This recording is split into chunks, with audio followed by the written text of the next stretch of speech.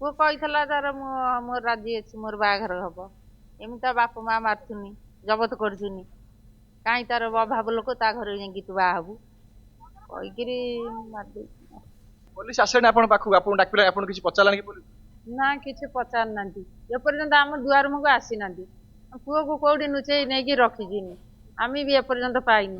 ତାଙ୍କ ସେମାନେ ସବୁ କାଲି ରାତିରେ ନେଇକିରି ପଇସା ଦେଇ ଦେଇକିରି ତମକୁ ଏଫଆଇଆର ପୁଅ ନାଁରେ କରିଛ। କଣ ପାଇଁ ଆମକୁ କଣ ଜଣେଇଛ? ଆମେ 4-5 ଦିନ ହେଲା ଖାଇବା ପିଇବା ନାହିଁ, ଆମେ ବାପା ମା ଦିଟା ପଡିଛୁ। ଏଇଟା କଣ ତମର ବିଚାର? ଯୋଉ ବିଚାର ହବ ଏଇଠି ହଉ, ସାଙ୍ଗେ ସାଙ୍ଗେ ଆମେ ଆସିଛୁ। ବଞ୍ଚିଥିଲା ବେଳେ ଏଫଆଇଆର କଲ ନା? ମାରି ଦେଇ ପୋଡି ଦେଇକିରି ଏବେ କରୁଛ ଏଫଆଇଆର।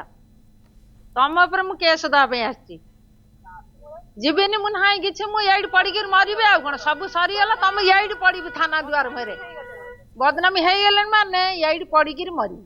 ଆଉ ମାଉସୀ, ଏ ନେଇକି ପୁଅ ଆପଣ କେବେ କହିଛି କି ସେ ଝିଅକୁ ସେ ଭଲ ପାଉଛି, ବାହା ହେବା ପାଇଁ ଚାହୁଁଛି, କି ବାହାଘରକୁ ନେଇକି ତାଙ୍କ ଘର ଲୋକ ରାଜି ଅଛନ୍ତି ନା ନାଇଁ, କିଛି କହିଛି କି କେବେ? ବାପା ହଁ, ସେ କହିଥିଲା। ପୁଅ କହିଥିଲା ତାର ମୋର ରାଜି ଅଛି, ମୋର ବାହାଘର ହବ। ଏମିତି ତା ବାପା ମା ମାରୁଥୁନି, ଜବତ କରୁଛୁନି।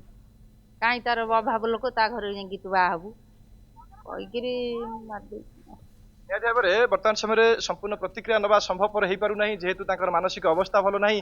ସେ ବର୍ତ୍ତମାନ ସମୟରେ ଥାନାକୁ ବାହାରୁଛନ୍ତି ଯିବା ପାଇଁ। 4 ଦିନ ହେଲାଣି ପୋଲିସ ତାଙ୍କ ପୁଅକୁ ଅଟକ ରଖିଛି। କେଉଁଠି ରଖିଛି, କଣ କରୁଛି, କିଛି ଖୋଜ ଖବର ମଧ୍ୟ ନାହିଁ। ଏ ପର୍ଯ୍ୟନ୍ତ ତାଙ୍କୁ ଖବର ଦିଆଯାଇନି। ବର୍ତ୍ତମାନ ସମୟରେ ପରିବାର ଲୋକେ ସମ୍ପୂର୍ଣ୍ଣ ଭାବରେ ଭାଙ୍ଗି ପଡିଛନ୍ତି। ତ ଗୋଟିଏ ବଡ ପ୍ରଶ୍ନ ହଉଛି, ପୋଲିସ ସେତେବେଳେ ଏଫଆଇଆର କାହିଁ ରଖିନଥିଲା? ପୋଲିସ ମଧ୍ୟ ପୋଲିସର କାର୍ଯ୍ୟଦକ୍ଷତା ଉପରେ ମଧ୍ୟ ଆଙ୍ଗୁଳି ଉଠିବାର ଆବଶ୍ୟକତା ଅଛି। ପୋଲିସ ସେତେବେଳେ ଏଫଆଇଆର ରଖିଥାନ୍ତା, ହୁଏତ ଆଜି ମୃତ୍ୟୁବରଣ କରିନଥାନ୍ତେ ବା ଇଏ ସଙ୍ଗୀନ ଗୋଟେ କଥା ଅଭିଯୋଗରେ ବାରମ୍ବାର ପରିବାର ଅଭିଯୁକ୍ତ ଲୋକେ ହେଇନଥାନ୍ତେ କହୁଛନ୍ତି କି ତାଙ୍କ ତାଙ୍କ ଭାଇ। ପୁଅ